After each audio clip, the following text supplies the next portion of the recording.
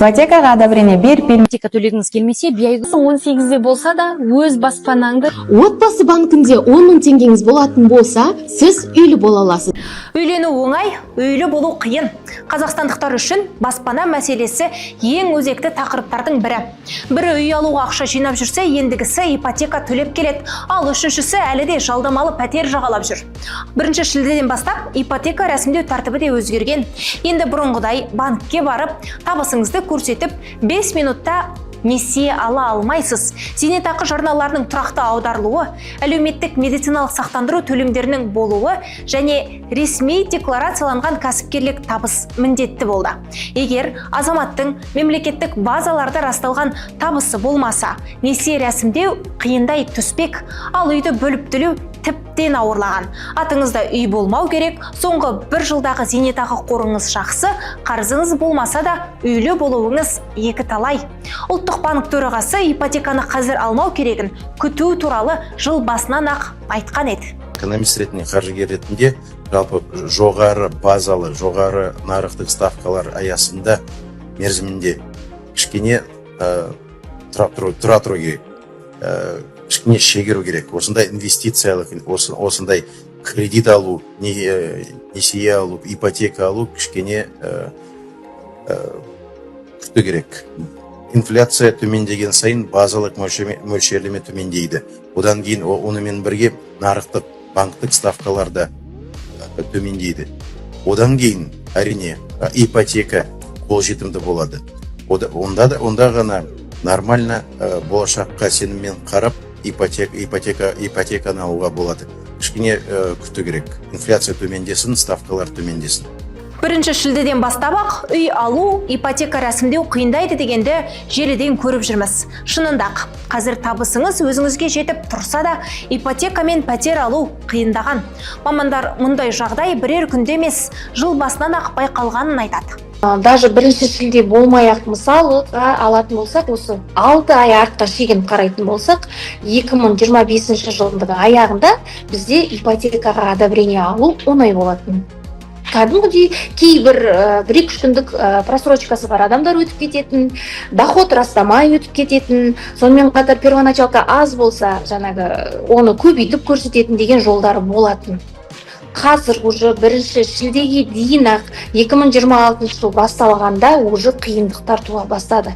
Яғни уақыт өте келе, үйдің бағасы қымбаттағанын былай алып айтпай қойық, банктердегі процесс одобрения өте қиын. Яғни жоғарғы жақтан мемлекеттен банктерге тексеріс көп жағдайда одобрение бере бермейді. Бұрын алдымызға келген адам 80% одобрение алатын болсақ, қазір алдымызға келген адамның 40-50% ғана одобрение алынады. Ол шындық, ол факт есть, бара-бара қиындай түсетіні де айқын.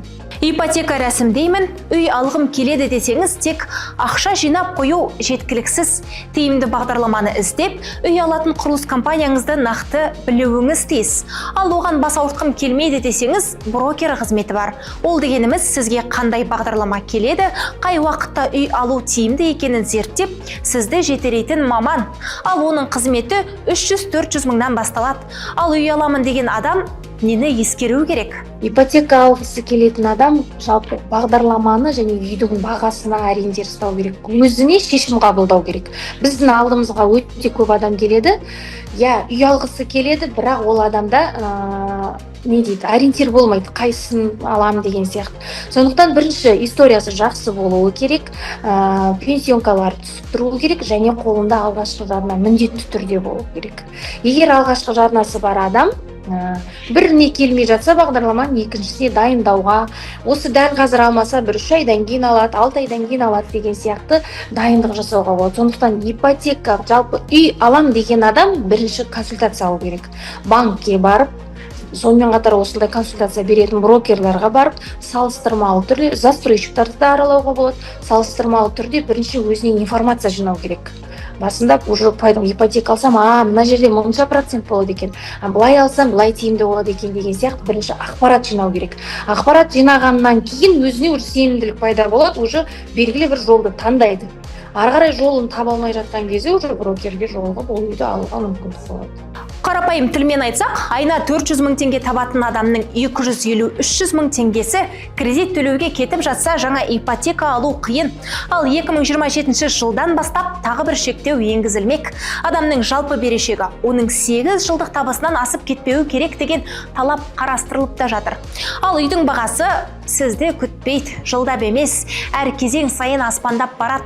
Биыл орта есеппен Алматыда жаңа үйдің шаршы метрі 733 мың, ал Астанада 731 мың теңге болып тұр екен.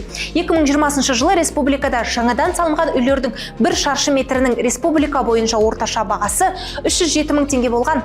Қайталама нарықтағы үйлердің бір шаршы метрі 228 мың көлемінде қалыптасқан еді. Экономистердің айтуынша ипотека мен несие алу қиындығының екі жағы бар. Біріншісі, адамдардың шамадан тыс қарызға батып кетуінің алдын алады. Ал екіншісі, ипотека алу талаптарының күшеюі баспананы көпшілік үшін бұрынғыдан да қол жетімсіз етуі мүмкін. Бір сөзбен айтқанда, үй болмай, күй болмайды. Ал сіз қалай ойлайсыз? Бұл жаңа талаптар халыққа көмектесе ме, әлде өз үйін алғысы келетіндердің мүмкіндігін шектей ме?